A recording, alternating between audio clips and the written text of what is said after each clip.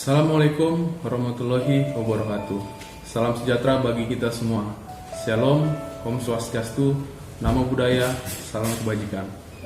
Perkenalkan, nama saya Felix Ivan Sinambela, seorang mahasiswa dari Fakultas Hukum Universitas Bhayangkara Jakarta Raya.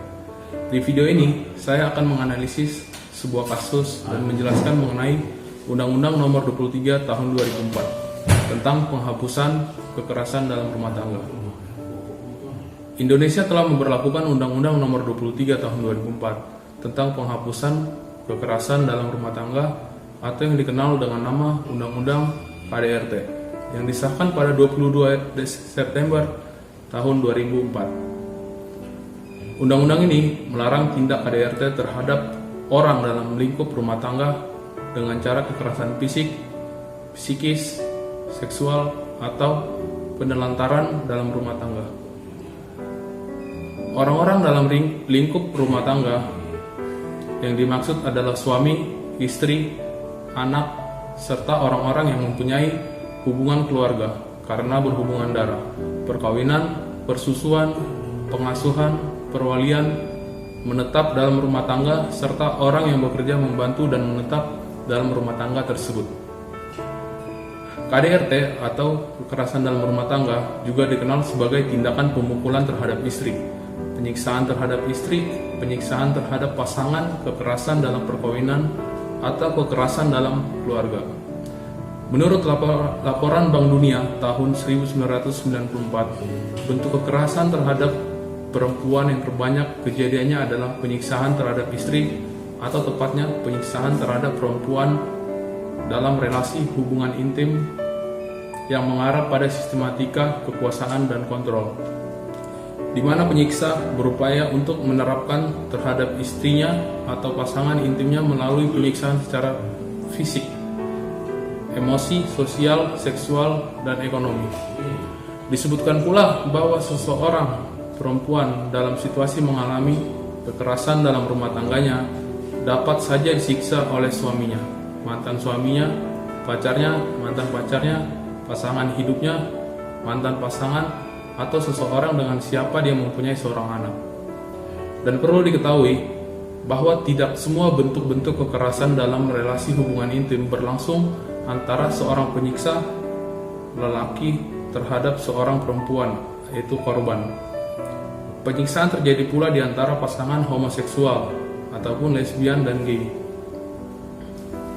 Meskipun mayoritas kasus domestic violence dilakukan oleh laki-laki terhadap perempuan, Deklarasi Penghapusan Segala Bentuk Kekerasan Terhadap Perempuan atau PBB pada tahun 1993 membagi ruang lingkup terjadinya kekerasan terhadap perempuan atas 3 lingkup, yaitu keluarga atau domestik, di masyarakat atau publik, serta dilakukan oleh negara atau state. Pembagian ruang lingkup ini yang kemudian menguak kejahatan yang selama ini tersembunyi dan terlindungi dari intervensi luar untuk membantu korban dari berbagai bentuk kekerasan dalam keluarga yang terakhir ini dikenal dengan sebutan domestic violence atau kekerasan dalam rumah tangga. Sejak berlakunya Undang-Undang Nomor 23 Tahun 2004 tentang penghapusan kekerasan dalam rumah tangga, berbagai bentuk tindak pidana dengan lokus delikti rumah tangga terus meningkat. Namun tidak banyak yang diproses dalam peradilan pidana. Di sini saya menganalisa putusan Mahkamah Agung yang terkait dengan kekerasan dalam rumah tangga. Dari penelusuran terhadap kasus terbukti, tidak ada satupun perbuatan terdakwa yang divonis oleh Mahkamah Agung berdasarkan delik pidana yang diatur dalam Undang-Undang Nomor 23 Tahun 2004. Hal tersebut dapat diasumsikan bahwa hakim tidak melihat perbedaan secara signifikan antara istilah kekerasan dalam rumah tangga dengan penganiayaan, sebagaimana diatur dalam KUHP. Selain itu, uraian delik dalam KUHP lebih mudah dipahami dibandingkan dengan uraian tindak pidana dalam Undang-Undang Nomor 23 tersebut. Berdasarkan tinjauan ringkas tersebut, tampaknya para penegak hukum masih memerlukan waktu untuk menelaah dan memilih Undang-Undang Nomor 23 Tahun 2004 dan hubungannya dengan KUHP, dan sejauh mana undang-undang tersebut mendeskripsikan tindak pidana penganiayaan secara lebih luas, untuk menjerat berbagai kasus tindak pidana dalam rumah tangga yang diasumsikan tidak bisa terjangkau oleh delik-delik KUHP. Kekerasan fisik, psikis, dan seksual terjadi di mana-mana dan cenderung makin meningkat. Banyak sekali kasus kekerasan dalam rumah tangga tidak dilaporkan kepada polisi untuk ditindak sebagaimana mestinya, dan makin sedikit lagi yang diselidiki, disidik, dan dituntut di depan pengadilan. Data yang tersedia baik di tingkat regional maupun pusat tentang kekerasan tersebut sangat langka, yang sesungguhnya diperlukan untuk menetapkan berbagai kebijakan untuk mencegah merajalelanya kekerasan. Tindak kekerasan dalam rumah tangga dan tindak pidana perdagangan perempuan dan anak adalah dua bentuk kejahatan yang sangat menyengsarakan dalam waktu yang panjang. Di sini saya menganalisis kasus tentang Benjamin Purba dengan kasus mencabuli anak dihukum 3 tahun 10 hari. Perlu kita ketahui, Benjamin Purba berusia 58 tahun dengan profesi sebagai seorang guru di Serbelawan, Dolok, Batu Nanggar, Kabupaten Simalungun. Di sini dia didakwa melakukan perbuatan cabul terhadap anak kandungnya sendiri bernama Dewi Natalia Purba. Gadis kecil itu semula diajak untuk memijat atau menusuk badan terdakwa yang hanya memiliki kain sarung. Selesai dipijat, terdakwa memaksa saksi korban untuk melakukan hubungan seksual. Terdakwa bereaksi dengan mencium pipi dan leher saksi korban. Setelah itu memegang tangan dan menindih badan saksi korban yang mulai berpakaian lengkap. Saksi meronta dan meluncang terdakwa serta menggigit terdakwa. Saksi korban lepas dari terdakwa dan menceritakan kepada ibunya apa yang dilakukan ayah kandungnya. Perbuatan itu dilakukan secara paksa karena diancam dengan kata-kata apabila tidak menuruti kemauan terdakwa, maka saksi korban tidak akan disekolahkan. Jaksa penuntut umum menyatakan terdakwa dengan pasal 82 Undang-Undang Nomor 23 Tahun 2002 tentang perlindungan anak, pasal 48 Undang-Undang Nomor 23 Tahun 2004 tentang PK penghapusan kekerasan dalam rumah tangga, dan pasal 294 ayat 1 KUHP dengan menuntut hukuman penjara selama 3 tahun ditambah denda 60 juta rupiah karena terbukti secara sah dan meyakinkan bersalah melakukan tindak pidana dengan kekerasan melakukan perbuatan cabul terhadap anak di bawah umur. Pengadilan Negeri Simalungun menjatuhkan vonis 3 bulan 10 hari karena Benjamin Purba terbukti secara sah dan meyakinkan bersalah melakukan tindak pidana melakukan perbuatan cabul dengan anaknya yang belum dewasa. Putusan ini dibuat oleh Pengadilan Tinggi Medan. Memori kasasi jaksa penuntut umum ditolak oleh Mahkamah Agung, dan akhirnya perbuatan mencabuli anak tersebut hanya dihukum 3 bulan 10 hari. Pada kasus perbuatan ini, mencabuli anak divonis hakim 3 bulan 10 hari karena melakukan tindak pidana pencabulan dengan anak yang belum dewasa. Dari ketiga undang-undang yang digunakan jaksa penuntut umum untuk menjaring perbuatan cabul dengan anak di bawah umur, tidak ada satupun yang mengatur dengan vonis penjara yang ringan. Salah satunya Undang-Undang KDRT diatur itu masa hukumannya 12 tahun. Yang kedua, perlindungan anak menentukan 15 tahun penjara, dan yang ketiga di dalam KUHP itu 7 tahun penjara. Tetapi di sini sang hakim hanya memvonis perbuatan cabul tersebut dengan hukuman 3 bulan 10 hari. Terlepas dari adanya pertimbangan hakim tentang kondisi terdakwa, hal disparity pidana yang terlalu jauh antara putusan hakim dengan ancaman pidana yang dirumuskan oleh pembentuk dengan hukuman yang sangat tinggi bagi perbuatan cabul dimaksudkan agar seseorang berpikir masak-masak sebelum berbuat cabul. Karena tidak hanya melanggar kaidah agama, susila, dan hukum, melainkan juga mengantarkan anak menuju masa depannya dengan trauma psikologis ketika masa kanak-kanak yang tak akan pernah dapat dilupakan. Selain itu, pada kasus ini, hakim pun tidak memutus perkara tindak pidana perbuatan kekerasan seksual terhadap anak berdasarkan Undang-Undang KDRT, melainkan kembali merujuk kepada KUHP. Apakah hal itu disebabkan karena ancaman-ancaman dalam Undang-Undang KDRT yang amat tinggi selama 12 tahun terhadap tindak pidana kekerasan seksual, atau ketika uraian delik dalam Undang-Undang KDRT yang tidak jelas?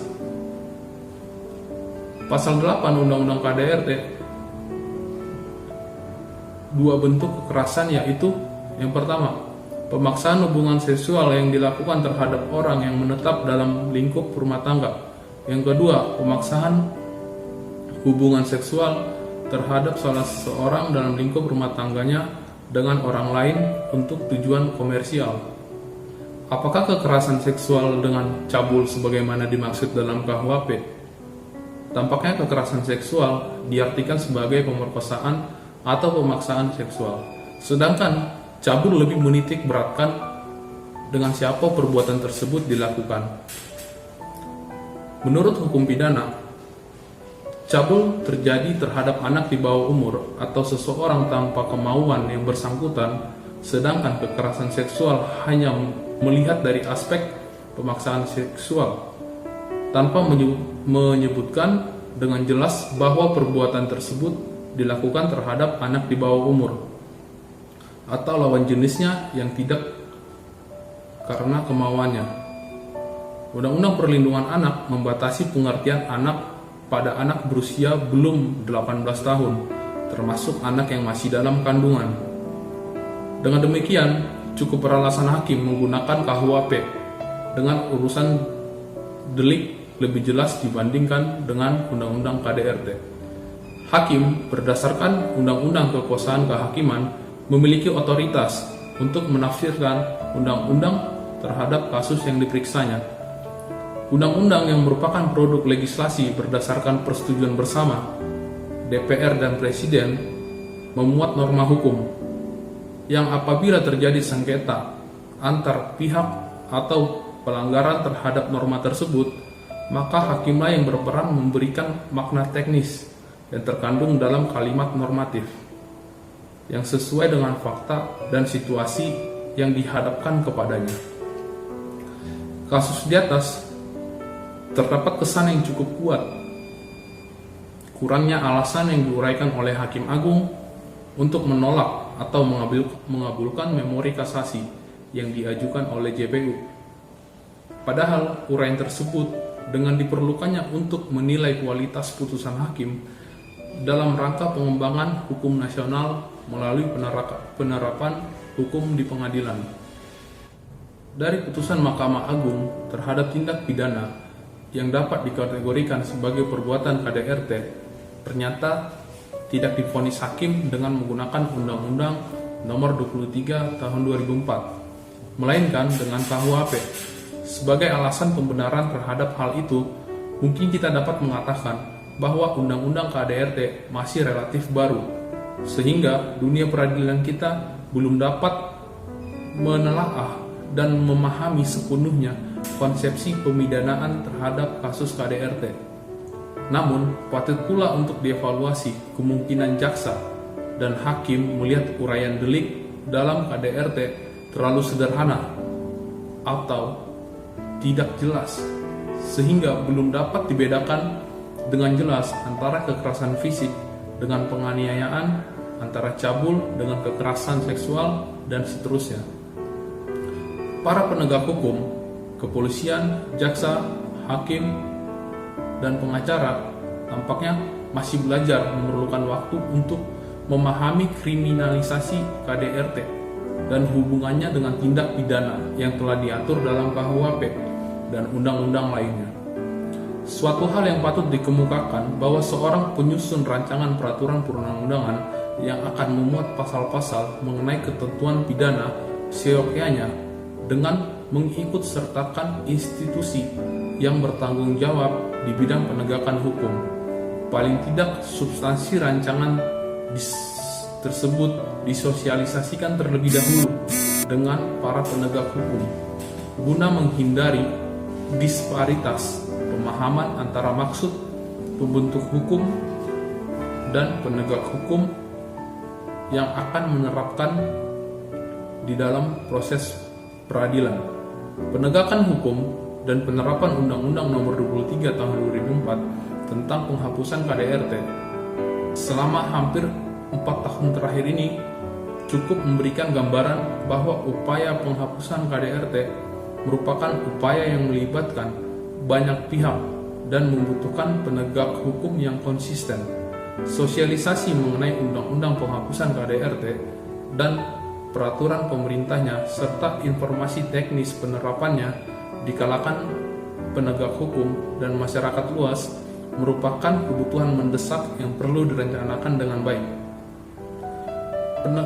Penegakan hukum untuk menerapkan Undang-Undang Penghapusan KDRT yang syarat dengan perlindungan hak-hak korban dan keluarganya memerlukan komitmen yang kuat dengan penghargaan yang tinggi terhadap nilai keadilan, non-diskriminasi, dan hak asasi manusia sebagaimana telah dijamin oleh konstitusi. Selain itu, dibutuhkan pula kondisi penegak hukum yang bebas dan bersih dari korupsi, suap dan kolusi di seluruh jajaran lembaga penegak hukum, layanan sosial, layanan publik yang terkait. Sekian.